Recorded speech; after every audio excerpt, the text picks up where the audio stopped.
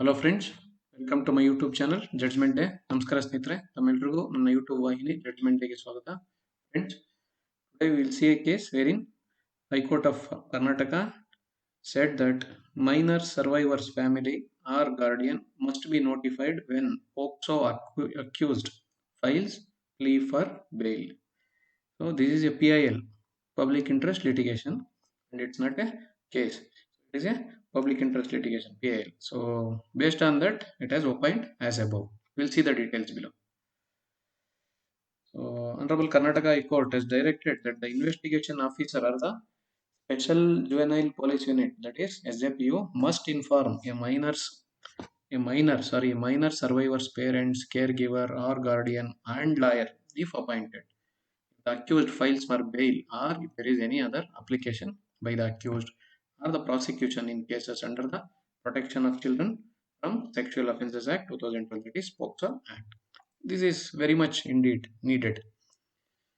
So, the overall intention is to notify or so that accused should not go away or whisk away from the clutches of law without the knowledge of the survivor. Though the prosecution of such offences rests with the state who is act impartially, the prosecution system is overburdened. Exactly. Many a time prosecutors not having been appointed, leading to inordinate delay. If a victim or complainant wants to and can effectively assist the prosecution, the same is required to be permitted, albeit with the caveat and that the prosecutor would always be in charge of the prosecution and would be in the deciding authority as regards the mode and manner of conducting of the prosecution. For this to happen, it is essential that the complainant or victim is aware of the proceedings in court. Overall, is that the survivor should be knowing what's happening regarding to their case. It should not like without their knowledge that accused has been let off by the court. There may be some say between victim has to opine, victim has to give more data or more details as they will be under shock at the time of the incidents. They may add some more details. There may be some circumstances which may need to be added. In that regard, that accused should not go without or should not be let off without the knowledge of the survivor here. Court was hearing a PIL. The advocate for this PIL, so complainant's advocate said that are all mothers, the here the litigation represented by are all mothers, complainants here, all the petitioners are complainants here are all mothers who are complainants in POCSO cases where the offense was committed against their children. The petition alleged that in each of their cases, the local police failed to inform them when the accused person filed a bail application. Due to this critical failure, the accused in each case was released on bail without the mothers being informed or heard in that matter.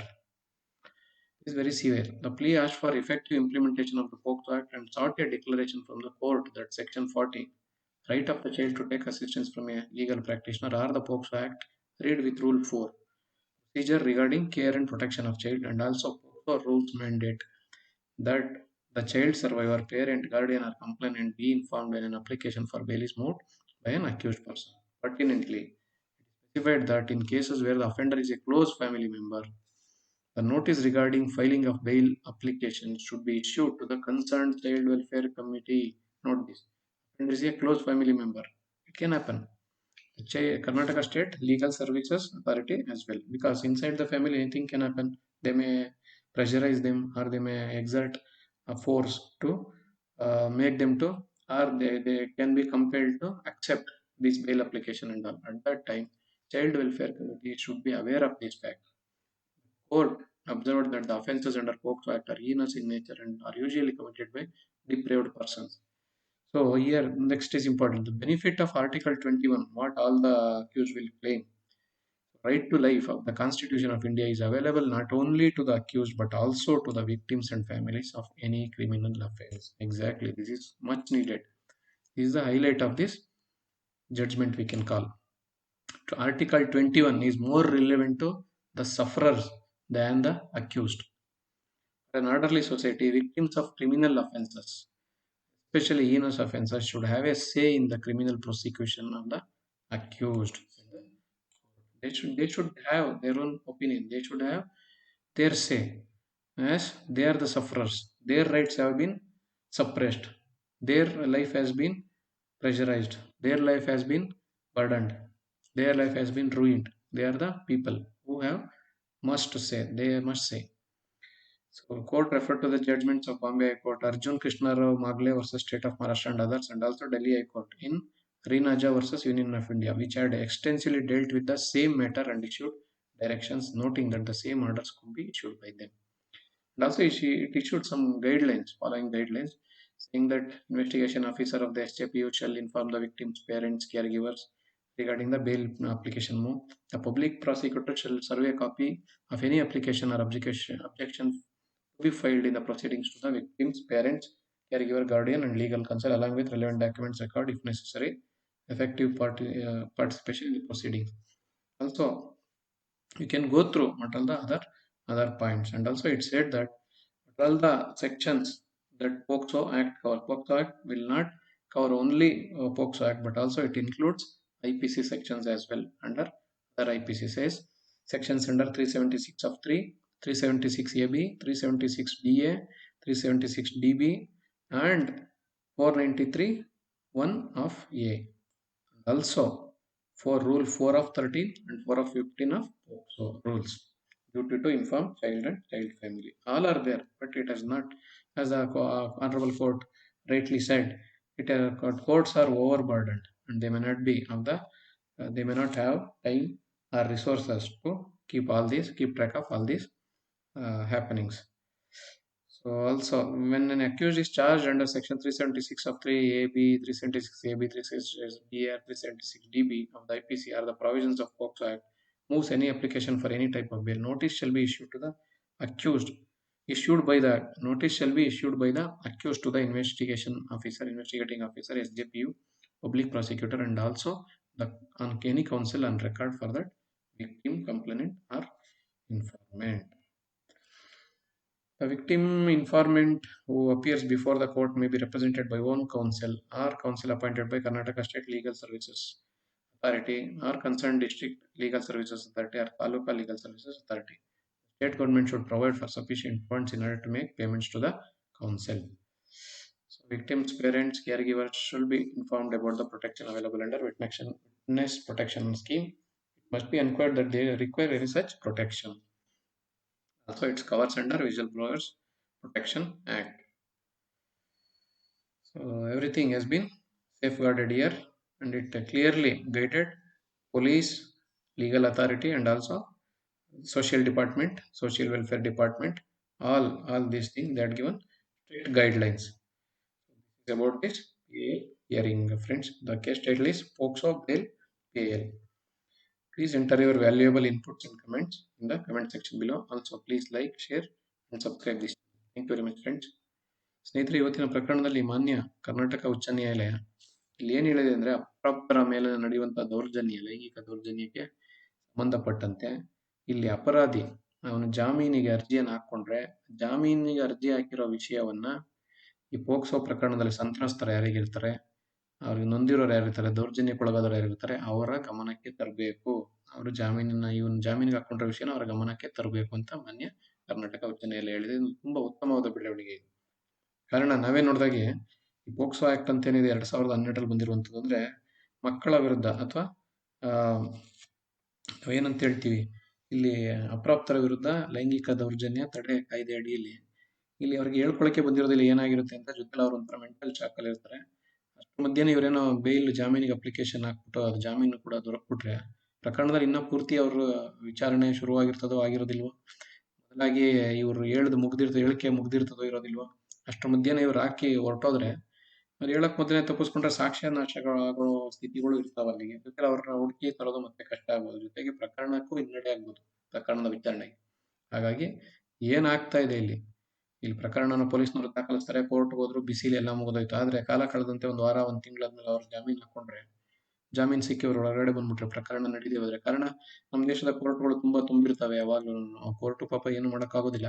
ಹಾಗಿರುವಾಗ ಇವರು ಒಂದು ಥರದಲ್ಲಿ 130 ಕೋಟಿ ಜನಸಂಖ್ಯೆ ಇರೋ ದೇಶದಲ್ಲಿ ಇದು ತಪ್ಪಿಸ್ಕೊಳ್ಳೋದು ಸಾಮಾನ್ಯ, ಸರ್ವೇ ಸಾಮಾನ್ಯ. ಇದು ಹಾಗಾಗಬಾರ್ದು ಅಂದ್ಬಿಟ್ಟು ಮಾನ್ಯ ಕರ್ನಾಟಕ ಉಚ್ಚ ನ್ಯಾಯಾಲಯದಲ್ಲಿ ಇದೊಂದು ಪಬ್ಲಿಕ್ ಇಂಟ್ರೆಸ್ಟ್ ಲಿಟಿಗೇಷನ್ ಅಂದ್ರೆ ಸಾರ್ವಜನಿಕ ಹಿತಾಸಕ್ತಿ ವರದಿ ಹಾಕಿದ್ದು.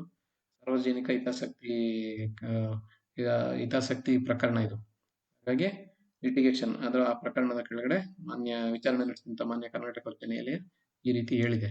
ಇದ್ರಲ್ಲಿ ಏನ್ ಹೇಳಿದೆ ಅಂದ್ರೆ ನೋಡಿ, ಇವ್ರ ಸಂತ್ರಸ್ತರ ಗಮನಕ್ಕೆ ತರದೆ ಅಥವಾ ಸಂತ್ರಸ್ತರ ಮನೆಯವರ ಗಮನಕ್ಕಾಗಿರ್ಬೋದು, ಸಂತ್ರಸ್ತರ ವಿಚಾರಣೆ ನಡೆಸ್ತಿರುವಂತ ಪೊಲೀಸ್ ಅಧಿಕಾರಿ ಆಗಿರ್ಬೋದು ಅಥವಾ ಸಂತ್ರಸ್ತರ ಪರ ವಕೀಲರಾಗಿರ್ಬೋದು, ಇವ್ರ ಗಮನಕ್ಕೆ ತರದೆ ಜಾಮೀನು ಅರ್ಜಿಯನ್ನ ಇವರು ಸಲ್ಲಿಸಿದಾಗ ಜಾಮೀನು ಅರ್ಜಿಯನ್ನ ಮೂವ್ ಮಾಡೋಗಿಲ್ಲ ಅಥವಾ ಜಾಮೀನು ಅರ್ಜಿಯನ್ನ ಮುಂದುವರ್ಸೋ ಆಗಿಲ್ಲ. ಜಾಮೀನು ಅರ್ಜಿ ಹಾಕಿದ್ರೆ ಅಂತ ಇವ್ರ ಪ್ರಕರಣಕ್ಕೆ ತರಿಸ್ಬೇಕು, ಇವ್ರ ಗಮನಕ್ಕೆ ತರಬೇಕು ಅಂತ ಇಲ್ಲಿ ಹೇಳಿದ್ದಾರೆ. ಇಲ್ಲಿ ಹೇಳ್ಬಿಟ್ಟು ಜೊತೆಗೆ ಇದು ಸಂತ್ರಸ್ತರ ಹಕ್ಕು ಕೂಡ ಇಲ್ಲಿ ಸೆಕ್ಷನ್ 40 ಕೆಳಗಡೆ ಸಂತ್ರಸ್ತರ ಹಕ್ಕು ಕೂಡ ಇದು. ಅಂದ್ರೆ ಕಾನೂನು ನೆರವು ತಗೊಳ್ಳೋದು, ಜೊತೆಗೆ ಇಲ್ಲಿ ಏನ್ ಆಯ್ತಾ ಇದೆ, ಅಪರಾಧಿ ಏನ್ ಮಾಡ್ತಾ ಇದ್ದಾನೆ ಇಲ್ಲಿ ಅನ್ಬಿಟ್ಟು ಅವನ ಬಗ್ಗೆ ಗಮನ ಹರಿಸೋದು ಕೂಡ ಅವ್ರ ಹಕ್ಕು ಅಂತ ಇಲ್ಲಿ ಹೇಳಿದೆ ಇಲ್ಲಿಗೆ. ಹಾಗಾಗಿ ಆಮೇಲೆ ಸಂತ್ರಸ್ತರ ಕುಟುಂಬದವರಿಂದನೇ ಈ ತರ ದೌರ್ಜನ್ಯಕ್ಕೆ ಒಳಗಾಗಿದ್ರೆ ಚೈಲ್ಡ್ ವೆಲ್ಫೇರ್ ಕಮ್ಯುನಿಟಿ ಅಂದ್ರೆ ಮಕ್ಕಳ ಹಕ್ಕು ಸಮಿತಿ ಅಂತ ಇರ್ತದೆ, ಅವ್ರ ಗಮನಕ್ಕೆ ತರಬೇಕು. ಕಾರಣ ಕುಟುಂಬದಲ್ಲಿ ಆದ್ರೆ ಮುಚ್ಚಾಕ್ಬಿಡ್ಬೋದು, ಇಲ್ಲಿ ಅವ್ರ ಮನೆಯವ್ರಿಗೆ ಎದುರಿಸ್ಬೋದು ಅಥವಾ ಅವ್ರಿಗೆ ಯಾರು ಕೇಳೋರು ಇಲ್ದೇ ಆದ್ರೆ ಆಗ್ಬೋದು. ಅನಾಥ ಮಕ್ಕಳು ಇರ್ತಾರೆ ಎಷ್ಟೋ ಕುಟುಂಬದಲ್ಲಿ. ಹಾಗಾಗಿ ಅವರ ಗಮನಕ್ಕೆ ತರಬೇಕು. ಮತ್ತೆ ಕರ್ನಾಟಕ ರಾಜ್ಯ ಕಾನೂನು ಸೇವೆಗಳ ಪ್ರಾಧಿಕಾರದ ಗಮನಕ್ಕೆ ತರಬೇಕು, ಯಾರು ಇಲ್ಲ ಅದೇ ಮನೇಲಿ ಆಗಿದೆ ಅಂದಾಗ. ಇದನ್ನೆಲ್ಲ ಇಷ್ಟೆಲ್ಲ ಹೇಳಿದೆ. ಆಮೇಲೆ ಇಲ್ಲಿ ಮುಖ್ಯವಾಗಿ ಏನ್ ಹೇಳುತ್ತೆ ಅಂದ್ರೆ, ಈ ಸಂವಿಧಾನದ ಆರ್ಟಿಕಲ್ 21 ಏನಿದೆ ಅದು ಜೀವದ ಹಕ್ಕು ಅಥವಾ ಜೀವದ ಹಕ್ಕು. ಅದ್ರದ್ದು ಒಂದು ಮೂಲಭೂತ ಹಕ್ಕು. ಆ ಮೂಲಭೂತ ಹಕ್ಕು ಬರೀ ಯಾರಿಗೆ ಸಾಮಾನ್ಯವಾಗಿ ಮೂಲಭೂತ ಹಕ್ಕಿನ ಪ್ರಯೋಜನದಿಂದನೇ ಇದ್ರ ಗುರಾಣಿಯಾಗಿ ಇಟ್ಕೊಂಡೇನೆ ಈ ತಪ್ಪಿತಸ್ಥರೆಲ್ಲ ಸಿಗಾಕಬಾರ್ದು, ಸುಲಭವಾಗಿ ಜಾಮೀನು ಕೇಳ್ಬಿಡ್ತಾರೆ. ಕೋರ್ಟ್ ಏನ್ ಹೇಳಿದೆ ಹೇಳಿ ಅಂದ್ರೆ, ನ್ಯಾಯಾಲಯ ನೋಡಿ, ಆರ್ಟಿಕಲ್ 21 ಏನ್ ಹೇಳಿದೆ ಜೀವದ ಹಕ್ಕು, ಇದು ಇವ್ರಿಗೆ ಮಾತ್ರ ಅಲ್ಲ, ಯಾರಿಗೆ ತಪ್ಪಿತಸ್ಥರಿಗೆ ಮಾತ್ರ ಅಲ್ಲ, ಸಂತ್ರಸ್ತರಿಗೂ ಇದೆ. ಸಂತ್ರಸ್ತರು ಮತ್ತೆ ಸಂತ್ರಸ್ತರ ಕುಟುಂಬದವ್ರಿಗೂ ಇದೆ. ಮೇಲಾಗಿ ಸಂತ್ರಸ್ತರಿಗೆ ಇದ್ರದ್ದು ಜಾಸ್ತಿ, ಯಾಕಂದ್ರೆ ಸಂತ್ರಸ್ತರ ಮೂಲಭೂತ ಹಕ್ಕಿ ಇಲ್ಲಿ ದಮನ ಆಗ್ಬಿಟ್ಟದ. ಇಲ್ಲಿ ಅವರ ಜೀವನನೇ ಹಾಳಾಗದೆ ಅವರ ಜೀವನವನ್ನೇ ಈಗ ಒಂಥರ ಬೀದಿಗೆ ಬಿದ್ದ ಸ್ಥಿತಿಯಾಗಿರ್ತದೆ. ಹಾಗಾಗಿ ಇಲ್ಲಿ ದೌರ್ಜನ್ಯ ಮಾಡಿದವ್ರಿಗಿಂತ ದೌರ್ಜನ್ಯಕ್ಕೆ ಒಳಗಾದವ್ರಿಗೆ ಹೆಚ್ಚು ಹಕ್ಕು ಅನ್ನೋ ರೀತಿಯಲ್ಲಿ ಇಲ್ಲಿ ಮಾನ್ಯ ನ್ಯಾಯಾಲಯ ಇಲ್ಲಿ ಹೇಳಿದೆ. ಅದಷ್ಟೇ ನೋಡ್ಬೇಕಿಲ್ಲಿ. ಆಮೇಲೆ ಇಲ್ಲಿ ಹೇಳಿದಾಗ ಒಂದು ಸಮಾಜ ಒಂದು ಶಿಸ್ತುಬದ್ಧವಾಗಿರ್ಬೇಕು ಅಂತಂದ್ರೆ ಈ ತಪ್ಪಿತಸ್ಥರು ಏನಿದ್ದಾರೆ, ಈ ಅಪರಾಧ ಮಾಡಿ ಅಪರಾಧಿಗಳೇನಿದ್ದಾರೆ ಅವ್ರ ವಿರುದ್ಧ ಈ ದೌರ್ಜನ್ಯಕ್ಕೆ ಒಳಗಾದವರು ಅವರ ಧ್ವನಿ ಇರ್ಬೇಕು. ಅವರ ಧ್ವನಿ ಅವ್ರು ಹೇಳೋದೇ ಮುಖ್ಯ ಆಯ್ತದೆ ಅಂತ ಇಲ್ಲಿ ಮಾನ್ಯ ನ್ಯಾಯಾಲಯ ಅಭಿಪ್ರಾಯಪಟ್ಟಿದೆ. ಎರಡು ತುಂಬಾ ಮುಖ್ಯವಾದದ್ದು. ಆಮೇಲೆ 2 ಪ್ರಕರಣಗಳು ಕೂಡ ಇಲ್ಲಿ ಉಲ್ಲೇಖ ಮಾಡ್ತದೆ. ಒಂದು Arjun Krishnarao Magle versus state of Maharashtra ಅಂತ ಬಾಂಬೆ ಹೈಕೋರ್ಟ್, ಆಮೇಲೆ ದೆಹಲಿ ಉಚ್ಚ ನ್ಯಾಯಾಲಯದ ರೀನಾಜಾ ವರ್ಸಸ್ ಯೂನಿಯನ್ ಆಫ್ ಇಂಡಿಯಾ ಅಂತ 2 ಪ್ರಕರಣನ ಇಲ್ಲಿ ಗಮನಕ್ಕೆ ತತ್ತದ ಇಲ್ಲಿ ಅಂದ್ಬಿಟ್ಟು ಹೇಳ್ತಿದೆ. 2 ಉಲ್ಲೇಖ ಮಾಡಿ. ಅದ್ರಲ್ಲಿ ಮತ್ತೆ ಇನ್ನೊಂದು ಹೇಳ್ತೆ, ಇದ್ರದ್ದು ಎಲ್ಲದನ್ನು ಮನೆಯವರು, ಅವರ ಕುಟುಂಬದವರು, ಮತ್ತೆ ಅವ್ರಿಗೆ ಅವರು ತಂದೆ ತಾಯಿರ್ತಾರೆ ಇವ್ರಿಗೆಲ್ಲಾನು ವಿಷಯ ತಿಳಿಸ್ಬೇಕು ಇದು ಅಂತ ಹೇಳಿರ್ತದೆ ಇದ್ರದ್ದು ಮಾನ್ಯ ನ್ಯಾಯಾಲಯ ಹೇಳಿ. ಇಲ್ಲಿಗೆ ಆಮೇಲೆ ಇಲ್ಲಿ ಯಾವ್ಯಾವ್ದು ಪ್ರಕರಣ, ಈ ಪೋಕ್ಸೋ ಕಾಯ್ದೆ ಬರೀ ಪೋಕ್ಸೋ ಕಾಯ್ದೆ ಮಾತ್ರ ಅಲ್ಲ, IPC ಕಾಯ್ದೆ ಅಡಿಯಲ್ಲೂ ತುಂಬಾ ಗಂಭೀರವಾದ ಪ್ರಕರಣಗಳನ್ನು ಒಳಗೊಂಡಿರ್ತದೆ, ಗಂಭೀರವಾದ ಸೆಕ್ಷನ್ಗಳು. ಅದು ಯಾವ್ಯಾವ್ದು ಅಂತ ಹೇಳಿದೆ: 376(3), 376AB, 376DA, 376DB, ಮತ್ತೆ 439(1A). ಆಮೇಲೆ ಪೋಕ್ಸೋ ಕಾಯ್ದೆ ಅಡಿಯಲ್ಲಿ ರೂಲ್ 4(13) ಮತ್ತೆ 4(15) ಪೋಕ್ಸೋ ಕಾಯ್ದೆ ಕೆಳಗಡೆ ಯಾವುದೇ ಅಪರಾಧಿ 376(3), 376AB, 376DA ಅಥವಾ 376DB ಕೆಳಗಡೆ ಅವನ ವಿರುದ್ಧ ಪ್ರಕರಣ ದಾಖಲಾದ್ರೆ ಅವನು ಜಾಮೀನಿಗೆ ಹಾಕೊಂಡಿದ ತಕ್ಷಣನೇ ಇದನ್ನ ಪ್ರಕರಣ ವಿಚಾರಣೆ ನಡೆಸ್ತಾ ಇರುವಂತ ಅಧಿಕಾರಿ ಆಗಿರ್ಬೋದು ಅಥವಾ ಕಾನೂನು ನೆರವನ್ನು ಕೊಡುತ್ತಿರೋ ವಕೀಲರಿಗಾಗ್ಬೋದು, ಇವ್ರಿಗೆಲ್ಲರಿಗೂ ಅದ್ರ ಬಗ್ಗೆ ಒಂದು ಮಾಹಿತಿ ಹೋಗ್ಬೇಕು ಅಂತ ಇಲ್ಲಿ ಹೇಳಿದೆ. ಹೇಳಿ ಇಲ್ಲಿ ಒಂದು ಐದಾರು ಇದನ್ನು ಹೇಳುತ್ತೆ, ಪಟ್ಟಿನೂ ಹೇಳುತ್ತೆ ಯಾವ್ಯಾವ್ದು ಏನೇನ್ ಮಾಡ್ಬೇಕು ಅನ್ನೋದು ಬಗ್ಗೆ ಇಲ್ಲೊಂದು 5-6 ವಾಕ್ಯಗಳನ್ನು ಕೂಡ ಹೇಳುತ್ತೆ, ಯಾವ್ಯಾವ್ದು ಮಾಡ್ಬೇಕು. ಸರ್ಕಾರ ಕೂಡ ಸೂಕ್ತವಾದ ನೆರವು ಕೊಡ್ಬೇಕು, ಕಾನೂನು ನೆರವು, ಅದನ್ನೆಲ್ಲ ಇಲ್ಲಿ ಮಾನ್ಯ ನ್ಯಾಯಾಲಯ ಇಲ್ಲಿ ಹೇಳಿದೆ. ಸ್ನೇಹಿತರೆ, ಇದಿಷ್ಟು ತಾವು ದಯವಿಟ್ಟು ಇದ್ರ ಬಗ್ಗೆ ಓದಿ. ಪೋಕ್ಸೋ ಬೇಲ್ PIL ಅಂತ ಇದು ಪ್ರಕರಣದ ಹೆಸರು. ಇದು PIL ಪ್ರಕರಣ, ಹಾಗಾಗಿ ಬೇರೆ ಏನು ದಾಖಲೆಗಳು ಜಾಸ್ತಿ ಇಲ್ಲ. POCSO bail PIL.pdf. ಸ್ನೇಹಿತರೆ, ತಮ್ಮೆಲ್ಲ ಅನಿಸಿಕೆ ಅಭಿಪ್ರಾಯಗಳನ್ನು ಕೆಳಗಿನ ಕಮೆಂಟ್ ಸೆಕ್ಷನ್ ದಾಖಲಿಸಿ. ಹಾಗೆ ಈ ಚಾನೆಲ್ನ ಲೈಕ್ ಮಾಡಿ, ಶೇರ್ ಮಾಡಿ, ಸಬ್ಸ್ಕ್ರೈಬ್ ಮಾಡಿ. ಧನ್ಯವಾದಗಳು ಸ್ನೇಹಿತರೆ. Thank you very much friends.